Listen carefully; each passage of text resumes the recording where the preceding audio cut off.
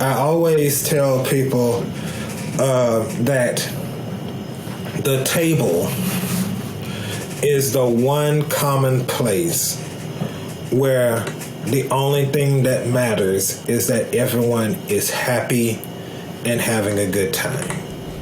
All the other... Welcome to the Private Chef podcast, serving the 1%. I'm your host, Hannes Henche, and on our show we speak to the best chefs, how they honed in on their skills to excel in the industry, and what it takes to work as a private chef for some of the most exclusive clients in the world.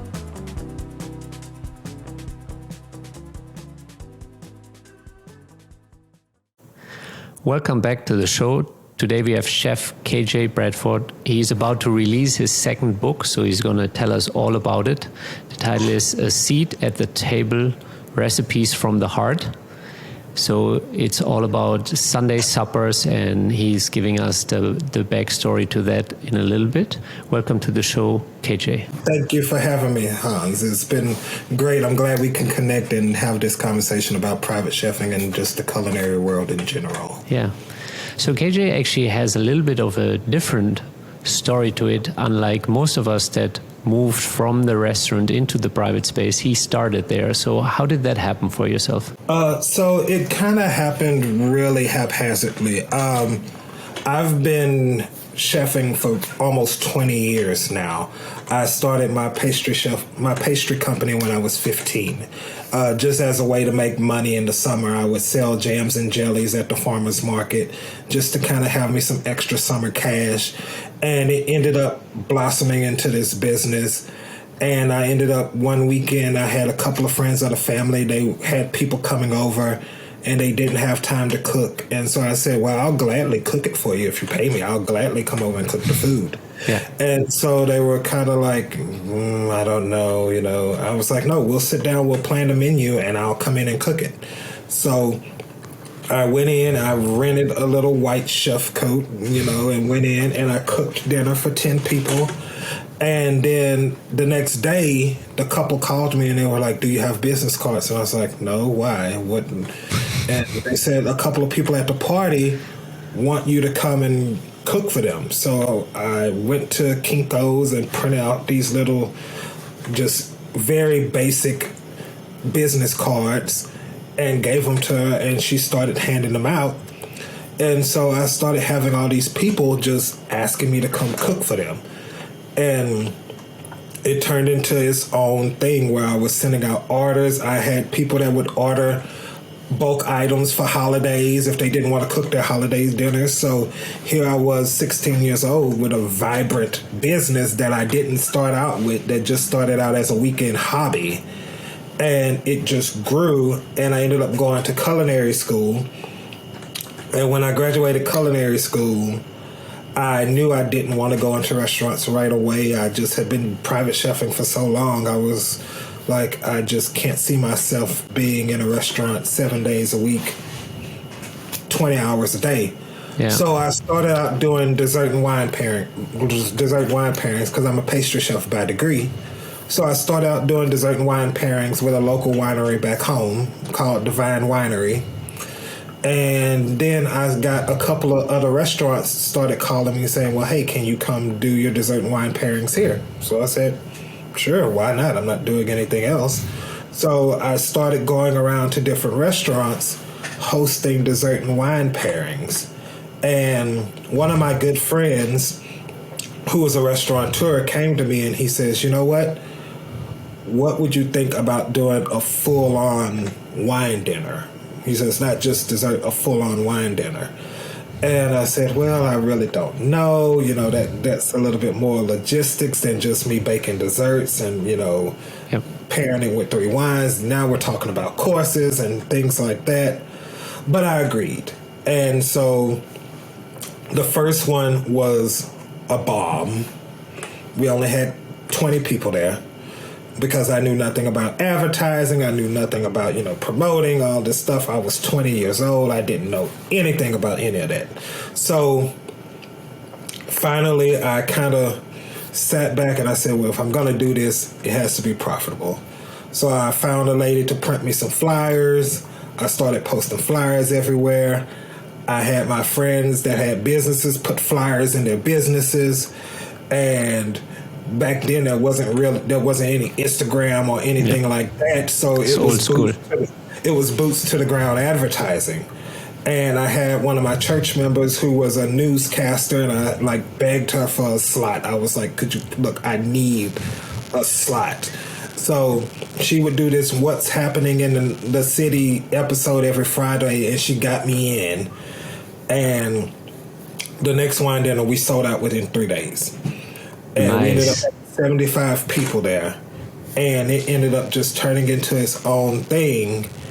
And a couple of people approached me and they were like, "You really should write a book." And I said, this was 2012. 10 years ago. So I was like, oh, I don't want to be that guy. I've just been a private chef. I haven't worked in a restaurant. I don't really have any clout. Nobody's going to buy this book. But they pressured me enough. We did it. And I got the contract. And we just started a grounds movement of publicity and advertising. And I was going to, by this time I had met enough chefs that I was ghostwriting pastry menus for and things like that. I was like, hey, I'm writing this book. I need help selling this book. And so they started booking me to do book dinners at their different restaurants. And that's how we promoted the book and got it going, which later on, a lady by the name of Katerina Koyos came to me, and she was opening a private chef agency called Food Sitters. And she was having trouble getting chefs because she wasn't a chef. She had no culinary background or anything. So what made her open the agency if she had no background? She saw a need for private chefs to come into people's homes and do weekly service or for parties and things. And so she knew that there was a need and the market was there. She just didn't know how to execute it. So I had just got off tour with my book, and she called me and she says, look, I need a culinary director. Would you mind being my partner and help me get this off the ground? So I said, cool. So we brought on chefs. We had a Rolodex of about 125 chefs that could fit every need, every diet, anything that you wanted. And so by this time I was more in an administrative role. So I was like, okay, cool. This is cool. I'm just booking chefs, I'm not taking any clients. I was just ghostwriting recipes for restaurants and then just running this. Well, we ended up getting a client that none of our chefs fit the profile for. Nobody fit every need that the client needed. And so we were having our meeting, and I just told her, I said, we're going to have to turn down the client. We literally have no chef in our Rolodex that can fit their needs. And so she says, well, why don't you take them? And she says, you literally fit the profile for what they want. Why don't you take them? And I said, no, because our agreement was I would never take clients. Yeah. And so after about a week or two of us going back and forth, she was like, look, we need the money. We need the commission. You need to take this client. So I did. I ended up taking them, and I ended up actually working for them, being their stateside private chef for 7.5 years after that. Cooking for them. I went to cook internationally a couple times for them as well. And by this point, people were coming to me. I was getting people, because I had gotten a reputation for ultra high net worth individuals. Yeah. So I was looking for celebrities. I had a couple of athletes as clients. I had a couple of politicians as clients. And so it just grew into this gamut of, if we want it done right, if we want the exclusivity, we need to get KJ. And because I never advertised, and people till this day, when I say that, they think it's crazy, but word of mouth was my selling point. The only way you knew how to get in touch with me was if one of my clients referred you to me. Yeah. Which also kept my clientele at the level that I wanted. because I wasn't just out there advertising to everyone. So I didn't have to filter through clients. I didn't have to filter through people. If you found me, then I knew you were the caliber of client that I wanted because you were referred by one of my clients. Yep. And so I did that from 2005 all the way full time till about 2015. Then a friend of mine who owned a country club, she needed an executive chef. And she was like, look, please come work for me. She says, I know this isn't your thing, but help fill in till I can find a chef. And so I said, okay, I'll fill in for you. And I ended up being there 3 years. That's a long filler. Yeah, long fill in. And then after that, I figured out that I could curate a private chef experience if it's the right restaurant. So I ended up, from there, I went on to work at a couple of different private clubs, just revamping their menus, modernizing them, and integrating that private chef feel into the dining experience. Yeah. Before we got on the record, you emphasized on a point that I think is super crucial, and I would like you to touch up on that again, which is exactly about creating that experience. Oh, yeah. One thing I think that people forget a lot of times is when you're private chefing, it's about the experience. It's about the atmosphere. It's about the ambiance and how the food integrates into that. As opposed to when people are dining in a restaurant, you tend to think, oh, it's just about the meal that they're going to eat. As opposed to when you're private chefing, you are responsible for the whole experience. So from the moment they walk into your client's house till the moment they leave, it's your responsibility to make sure they're welcome, they feel warmth, and that they're enjoying not only just the meal, but the before and the after the meal. Yeah. And this is a very crucial piece to the puzzle. Anybody listening who's working in a restaurant, who's more concerned about, as you said earlier, pushing out the plates and maybe making sure that the quality on the plate is on top. But as a private chef, you're really in charge of the entire ambience and making everybody feel good. And it doesn't stop with the food. And I think it's a very crucial piece to the puzzle to be a successful private chef. Yeah, no, people don't realize when you're the private chef, you're the sommelier, you're the maitre d', you're the decorator, you're the chef. You have to make sure everything is on par, because if the meal fails, say the food is spectacular, but the ambiance and everything else was subpar, they're not going to say, oh, well, the host, they didn't do good, but the food was great. No, they're going to say they hired this chef and the food was okay, but the event itself was not up to par. Yeah. So as a private chef, you have to make sure that you're bringing that level that you want to be associated with you every time you do an event. Be it 2 people, be it 200 people, you want to give them that same consistent experience across the board. Yeah, 100%. And I think you already dropped a couple of really good nuggets. One is you're curating an experience for them, and you need to invite them into that experience. It's not just about dropping the quality or your skill set of food on the plate and being done. Yes. Yeah.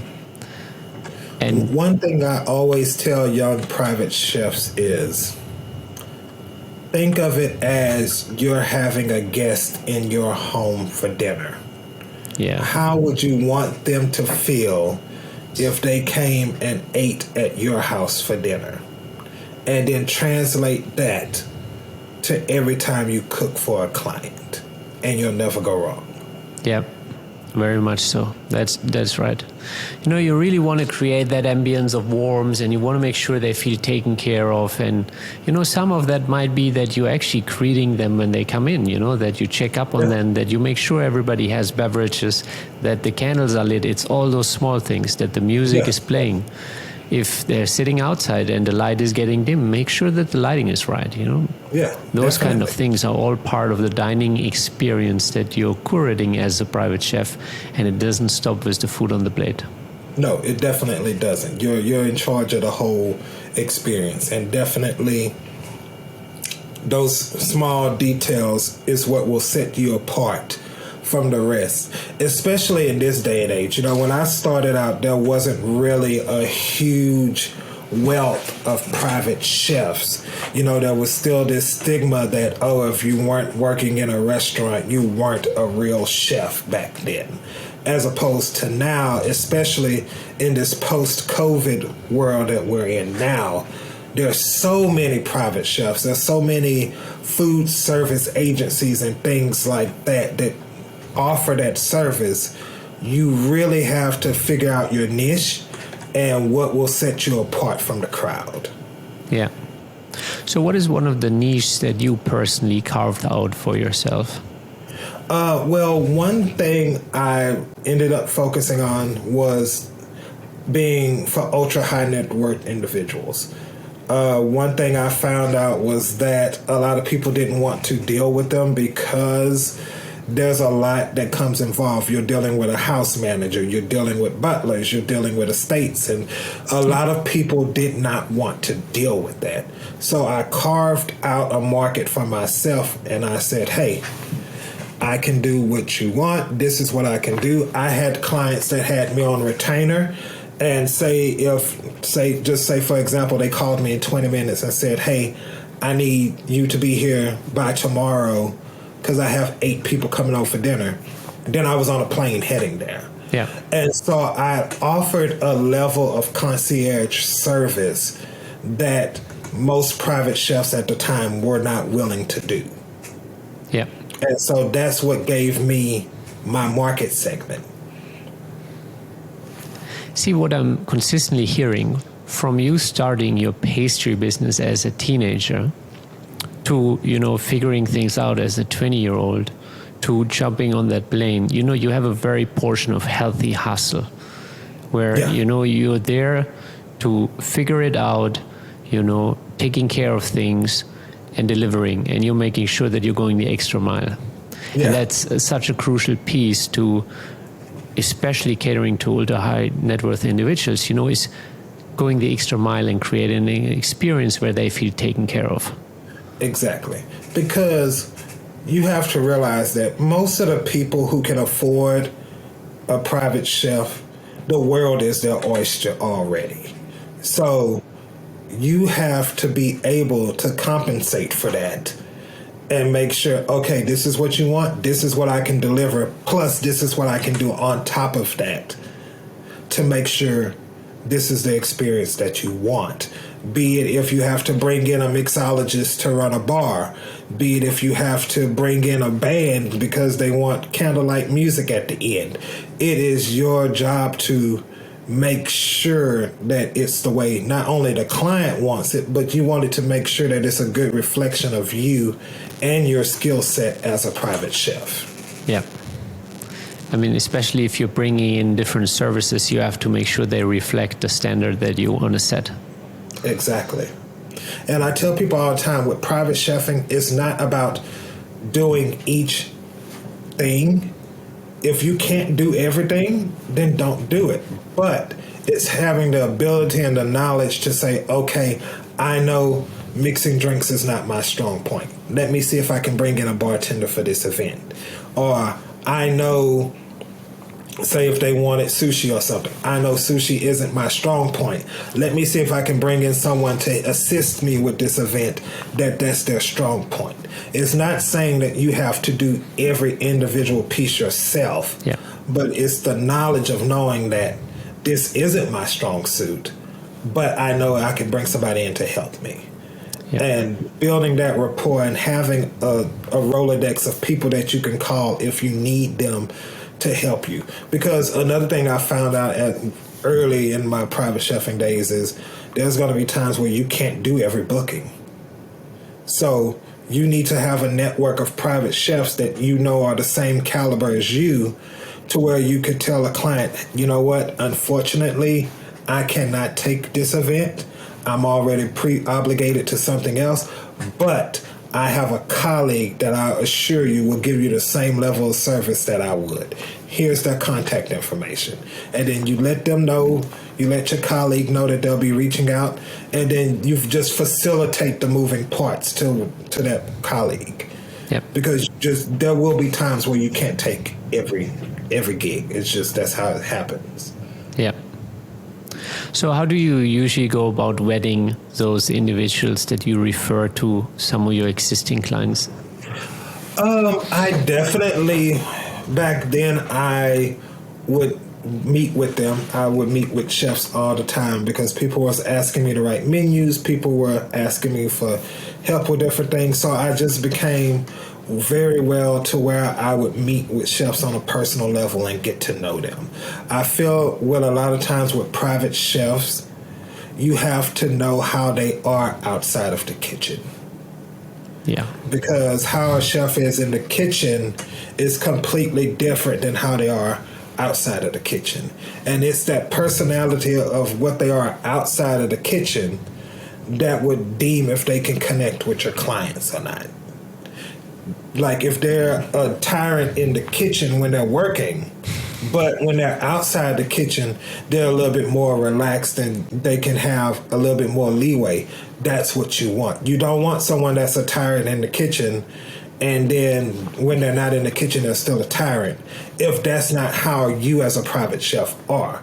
Because then if you refer your clients to them, your clients are going to say, well, you couldn't take my event and you referred this gentleman or this lady to me and they're not the level that you are, then now your reputation is tarnished because they're going to say, okay, if he can't do it, then don't trust who he sends to you because they're not going to be the same reflection that he is.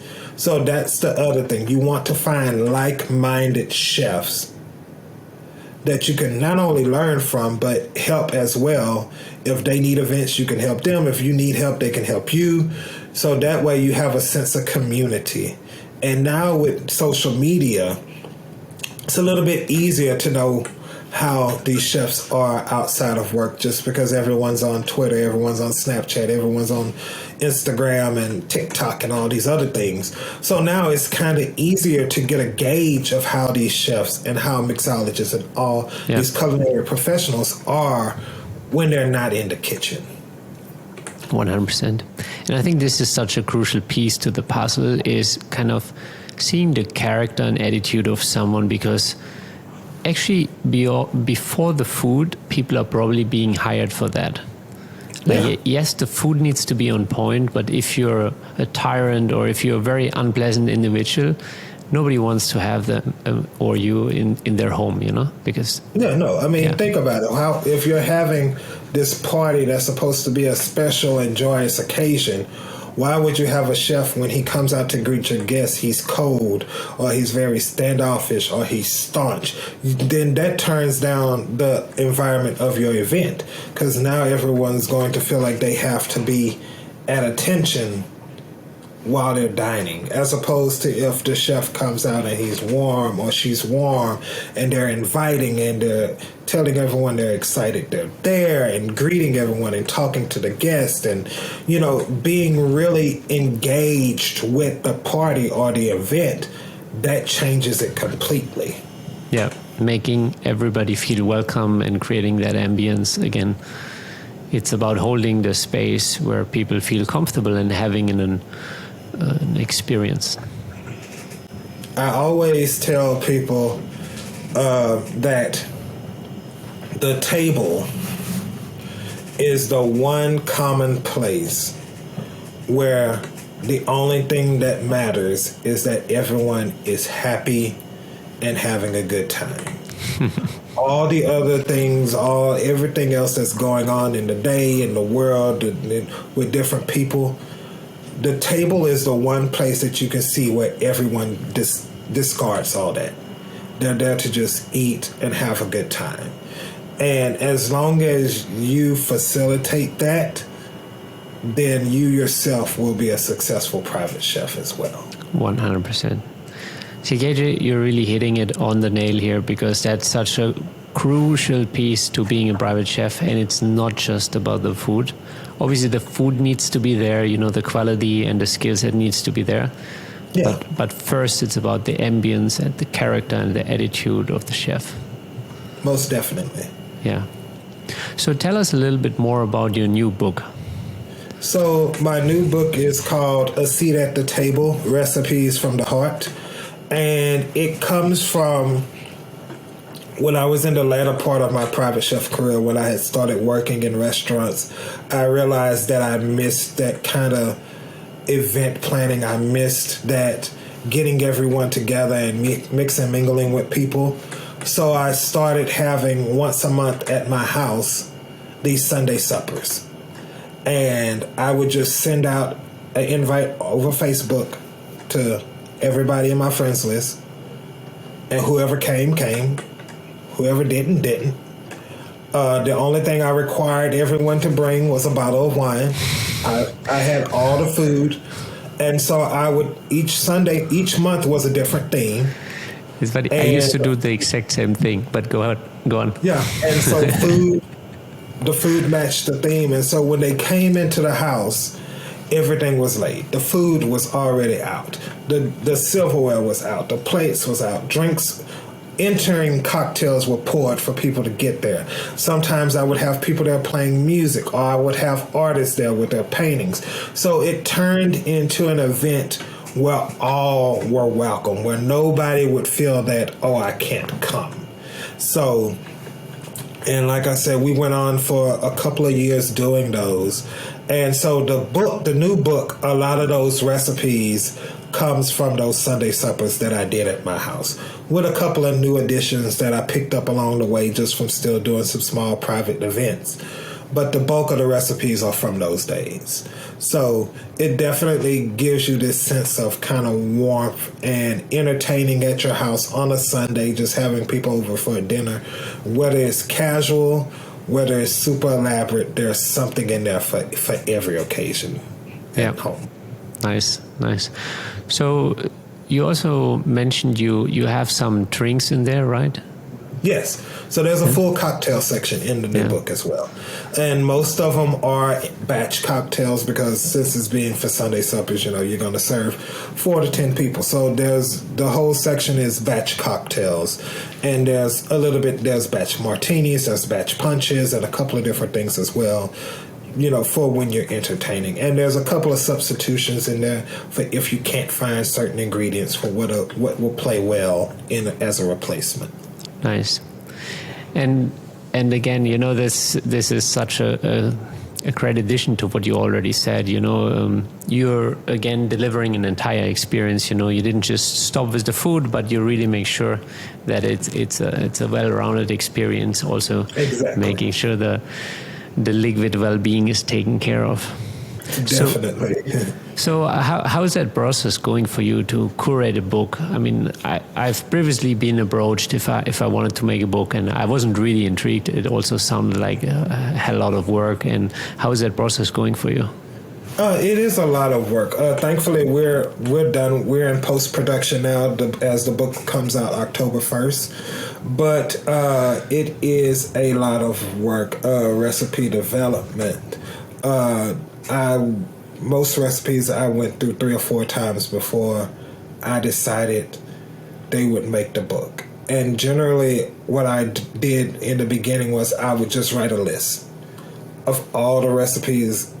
I would pull my recipes and I would write a list of all the ones I thought I wanted in the book. And then I would start whittling down from that list and just keep refining it and fine-tuning it. And sometimes some dishes that I had taken off, as I'm working through it, I bring them back in and swap them out. So it's definitely a process of once you get to the point where you finally have your set of recipes, be it 50, be it 100, however many you're writing for that book, then you set about refining those recipes to the best that they can be. Because not only do you want them to be approachable to where people will feel comfortable cooking them, you also want them to be where some recipes are easier, where if they say, I don't have a lot of time in the kitchen, Boom, you have some easy recipes in there for them. And you also want those recipes for the cook that loves to take 30 minutes to an hour in the kitchen and really prep and things like that. Yep. So the key is to have a good cross-section. You want something in there for everybody. Because if that's the other thing with cookbook writing, if you kind of knock yourself into just, I'm just going to write a book for the accomplished home cook.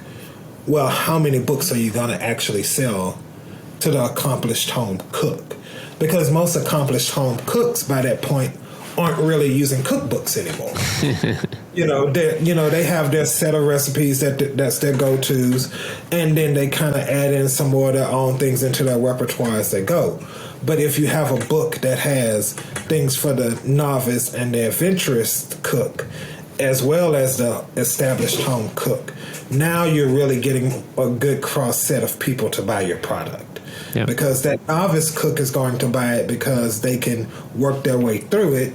That adventurous cook is going to buy it because there are going to be some things in there that they haven't tried before. And then that very well established home cook is going to buy it because they might see a recipe or something that really intrigues their interest, and then they're going to buy it. Yep. So now you have a good cross section. Another thing with book publishing is people don't realize that the selling price of the book gets split 3 ways. The publisher gets a cut, the seller gets a cut, and then you get a cut. So keep that in mind when you're selling your volume of books. Don't look at, say the book is $60 and you're like, I'm making $60 a book. No, you're making $20 a book. Yeah. Because the publisher has to get that cut, and then whoever is actually selling the book gets a cut. So that means that if you're potentially self-publishing on Amazon, you might get a bit more there, right? Well, the thing with you won't get around the split, because even if you self-publish, they still are going to get a cut for the book. But one way to get around that is if you buy a large amount of books in bulk from the publisher, if you self-publish. And you sell it yourself. And then you sell it yourself. So whatever you make then, it goes straight to you. Because you're not using a third party to sell it, and you've already paid the publisher their cut. So now whatever you sell from these books goes totally to you. So, for example, the book parties or the book dinners that you mentioned earlier, that's actually kind of a good way, because at the same time you're giving people an experience. You're having a chance to maybe demonstrate some of the actual recipes from the book, as well as giving having an opportunity to share the book with people while you're actually taking a nice cut of the percentage of the book too, instead of giving it to a seller.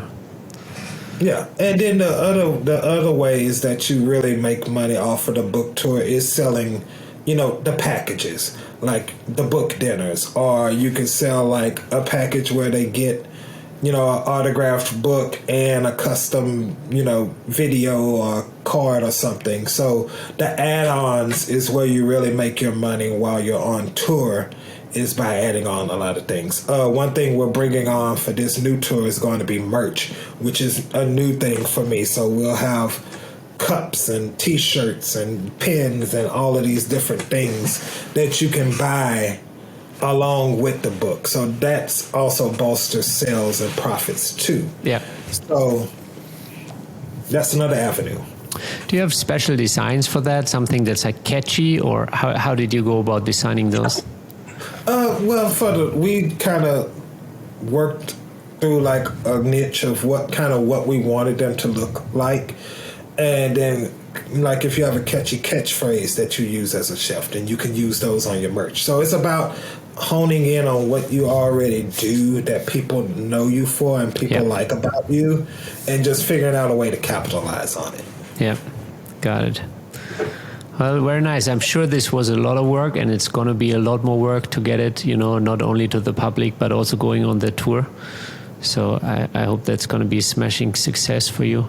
Rolling it back a little bit, if if somebody were out to start right now, in the current environment and wants to work for ultra high net worth individuals, how would you, kind of guide them and recommend them to get started? And how would they possibly even find contacts where they could get a trial or a potential position? Well, first thing now I would say is do your research. The internet is so much more of a resource now than what it was when I started. There's lots of blogs and things that you can read now to learn about private chefing and learn about pricing and learn about how to get clients and all of these things as well. Another thing I say, if you're going to start out now in ultra high net worth households, is find a staffing agency. Now there's a good cross section of agencies that specifically work for finding people that for high net worth individuals. So be it if you're a chef, if you're a butler, if you're a mixologist, a chauffeur, a nanny, or whatever, find one of those agencies if you're just starting out.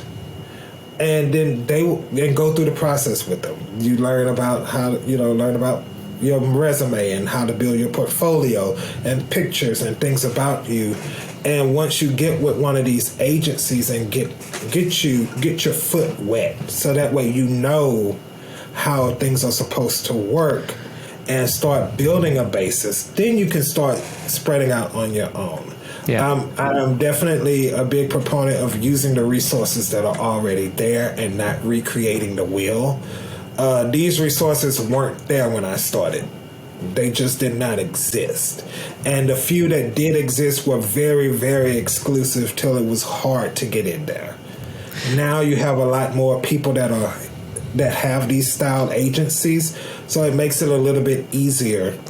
But still, I think for some of the chef, it's hard to navigate the waters with the agencies, because agencies, if they don't think you're a golden goose for them, they tend to kind of maybe put you on the mailing list, but not necessarily give you the shot you deserve. So and that's true. And I think at that point, one of the things you have to do as well is learn how to sell yourself. You are your product. So you have to treat yourself as your product. And I think one of the key things that I had to learn is you have to go into these meetings with whoever you're meeting with like you're the best thing since sliced bread.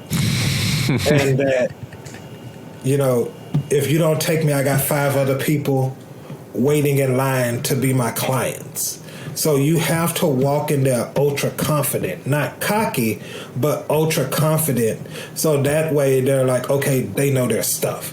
This is the type of person we want. Mm-hmm. Also, have a portfolio. A lot of people like to see pictures. So even if you're working in a restaurant, start taking pictures of dishes that you're really proud of. Start taking pictures and keep them. And then that way you can have a portfolio, because a lot of times these agencies are just clients in general. They're going to want to see food pictures. Yeah. They're going to want to see, if you went to culinary school, they're going to want to see that. So start building your portfolio with food pictures. If you have any write-ups or anything, any press, any write-ups, anything of that nature, build it into your portfolio. Not only does that add to your credibility as a chef, it adds to the value of them bringing you into their home, because they could say, look, this chef has been published. He's had articles written about him. His food is really great. He's worked at some of the best restaurants around. You want all of those things because they build your credibility. Yeah. So, and another thing I tell people all the time is, if you decide not to go through an agency, now do an Instagram ad, do a Facebook ad. You can target those to the market segments you want, and it's a good way also to start getting your feet wet and in the door. And if you're in a smaller community, like start going to like the farmers market, so things like that, and handing out your cards. Any chance that you can get in front of people and give them your cards or give them your information, do it. That is, even though we're in an age where everything is technology and everything is fast, sometimes you still have to be ground boots on the floor. I mean, there's also something to be said about the power of the written word, and I mean handwritten. Yes. I've sent postcards and letters to ultra high net worth individuals or families, and that would break the ice. Where I because I had the name and the personal address, and I knew they were a nice family because I had interactions with them.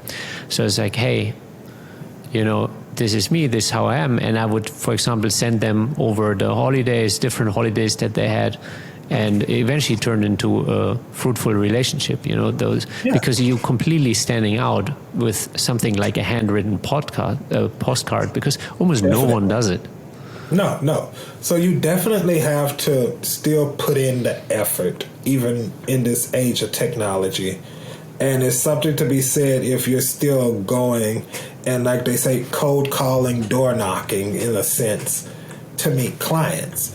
And I tell people all the time that it only takes one client for things to blossom. It only takes 100%. I really want you to hone on this point because it's so crucial. And I think people that might, for example, have 5 trials or talk to 5 agencies and they feel dismissed and they feel like they might not be good enough or they didn't get the right family match. I want you to really bring this point home because it only takes one. And just go all in. It definitely does. Like I personally, when I first started out, I had clients who would book and they're like, oh, I'm going to book you and I'm going to continue booking you and you'll be exposed to so many people, and they would book for that one event and then they would be done. You would never hear from them again. But then I ended up getting a couple of clients that when they would book me, they would say, hey, at the end of the dinner, like, pass out some business cards, tell people how to get in touch with you, like give them your information. So it only takes that one client that wants to see you grow to really explode, or to get that one client that says, look, I want you to cook for everything we have. I want to put you on a retainer. How much is it going to cost? Because with private chefs, unlike with restaurants you equate the number of plates you sell as success. You want to have the most covers you can in a night to say that you're successful. It depends. I mean, obviously there is a financial success, but on a Michelin star level, sometimes you might boil it down to less plates, but it's still large volume of plates. But as opposed to with private chefing, you want the right clients that are willing to pay the money and are willing to continually use your services. Yes. Because you could have one client and make more than people that have 10 clients. Oh, absolutely. So it's definitely about quality over quantity when it comes to clients. Yeah. But it's also so crucial to not, people think that one interview will do it or one trial will do it. I think people need to get into, and maybe that's a bit of Grant Cardone speaking here, but you really got to take 10 times more action than what you think it takes.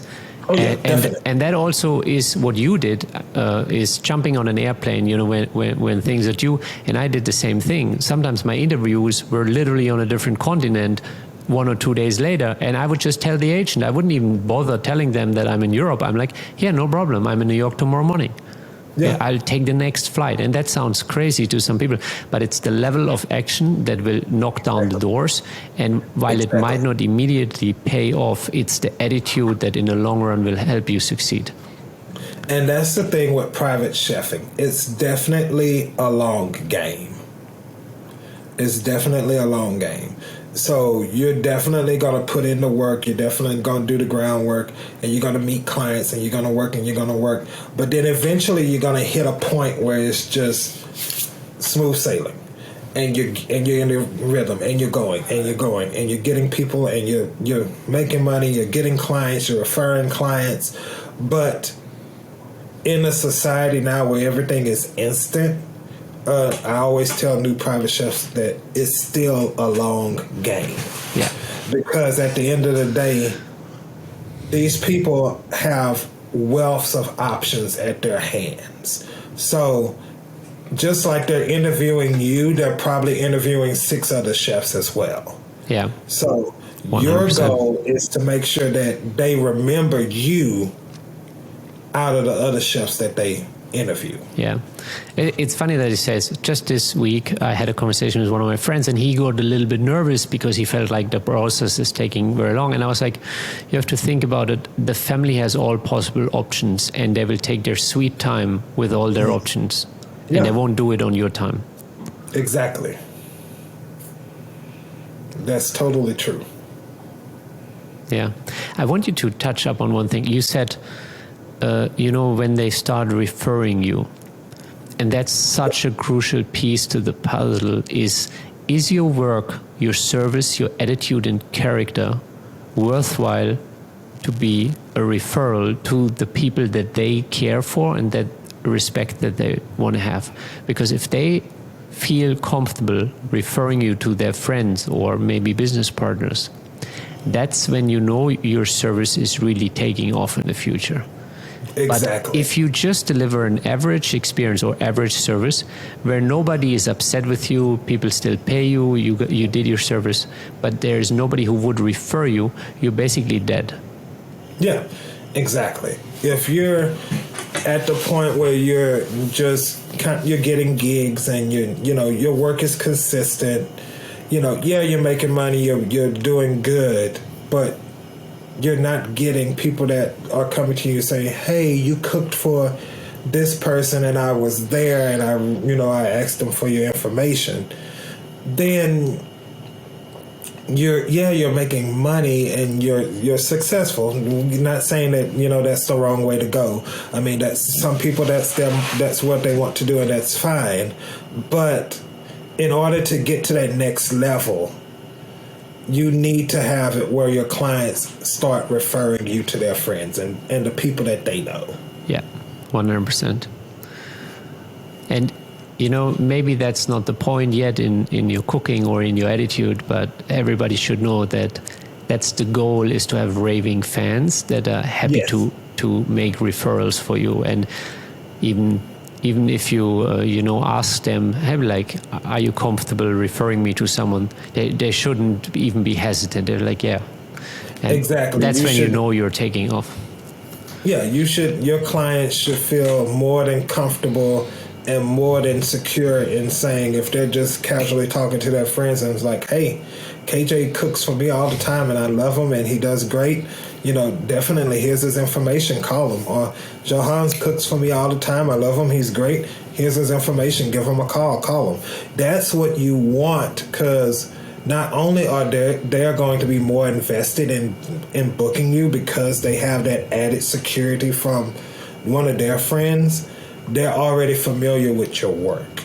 Yeah. So they know that they're going to get exactly what they're paying for. Mm-hmm. As opposed to you going out and soliciting clients, they're really taking a gamble because at the end of the day, they've never had your food. They don't know who you are. Yeah. So they're taking a gamble on getting you as a private chef as opposed to referred clientele who exactly know what they're getting.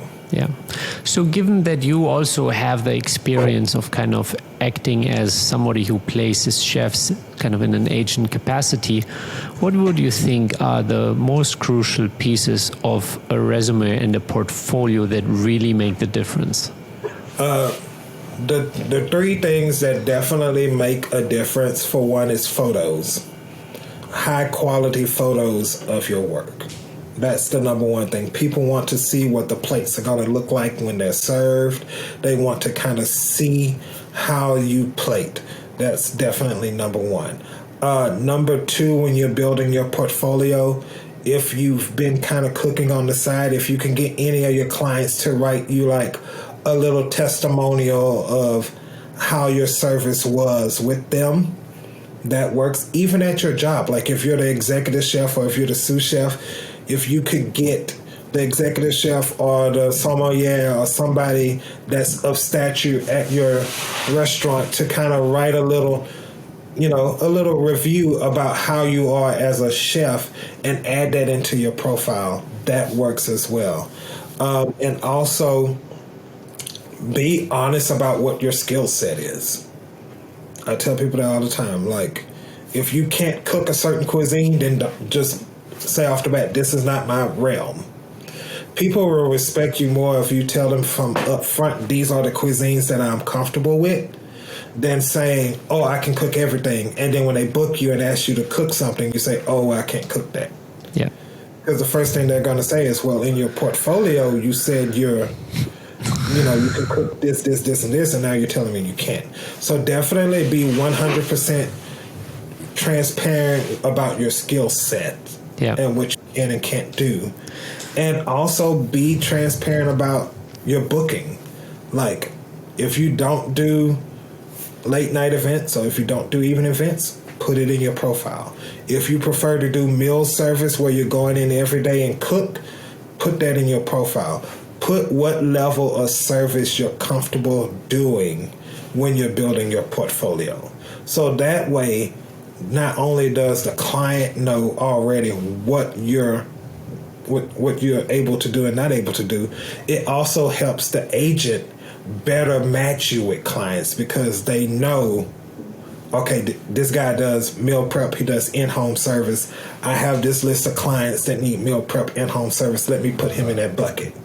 Yep. Or if they know this guy only wants to do parties of 20 or more and he's only available on the weekends and that's it, then they know to put you in that bucket.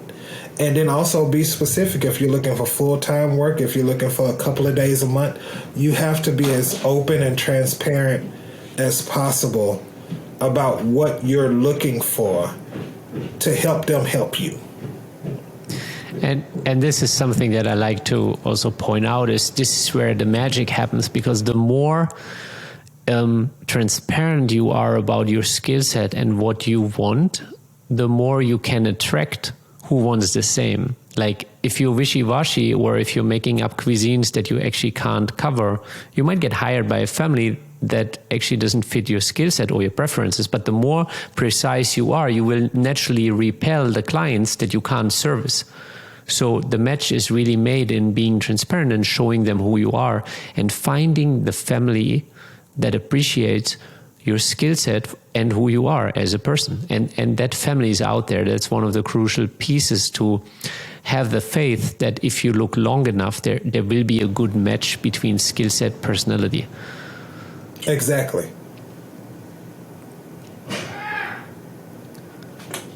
No, that's totally true. Totally true. Yeah, I think that, but that's such maybe in the early stage, people are so eager to just land a job and they're willing to do anything. And that's like the worst situation to be in or the worst position because, they will sign the dotted line on a contract because they appreciate the pay, but they will eventually end up in a situation where their skill set or their character doesn't match. While if they maybe would have waited a little bit more, done a little bit more trials, more interviews, and really, kind of learned the ropes of the interviewing process and the trial. Because I always say, I'm also interviewing the family. Like it's not a one-way street. It's very much the trial period is also for me to see if they're a good fit for me and how I want to work. And that's another thing I tell people all the time is it's okay to fire a family. Yeah. I've done it before. It is okay to fire a family. And it's okay if you're in the interviewing process with a family and decide that, you know what, they're not really the fit for what I want or we don't really mesh. And to be upfront with them and say, I appreciate you interviewing with me. I appreciate you taking time out of your busy schedule to talk with me. But I don't think we're a match. Yeah. I think that's a very crucial piece to the puzzle. Yeah. Because that will really set the tone and the cadence for the work relationship. Yeah, because it is a relationship. These people are allowing you into their homes to cook. You're meeting their family. You're meeting their friends. You're becoming a part of their world.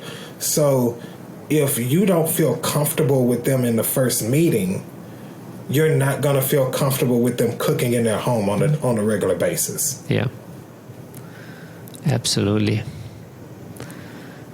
Wow. KJ, you dropped a bunch of nuggets here today. This was awesome.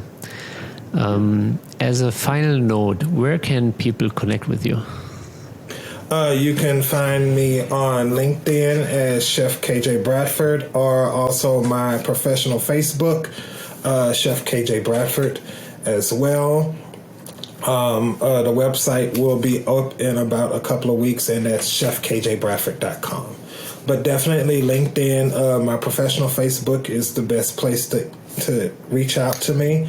I'm always available for questions or anything that you need. I'm glad to be just a resource, because when I started out, there weren't a lot of resources. So I'm glad to always be able to kind of help the next generation not have to work as hard as I did, but be able to be smart about it. Yeah, and that's exactly why we're doing this, because I feel the same way. When I first came into this world 10 years ago, I felt like I'm really learning the ropes by doing, and I couldn't really find the resources I was looking for, and I kind of figured it out by myself in my network. Yeah. But I think, as you're saying now, there are more agencies and there is more information and more blogs, and hopefully this podcast will also serve the next generation of private chefs well. Definitely. Well, thank you very much for taking the time, KJ. And by the time this is being published, your book will be out, so let's make sure you're promoting it one more time. Yeah, so definitely you can purchase my first book, Vicarious: A Life Lived Through Food, on Amazon, and my second book, A Seat at the Table: Recipes from the Heart, will also be available on Amazon and also on Target.com. Awesome. Thank you. Thank you so much. Thank you for joining us at the Private Chef Podcast. If you know any highly skilled chefs that want to take their life to the next level, make sure to share this podcast with them. And if you enjoyed this episode, click subscribe and check out our upcoming episodes. Thank you for listening.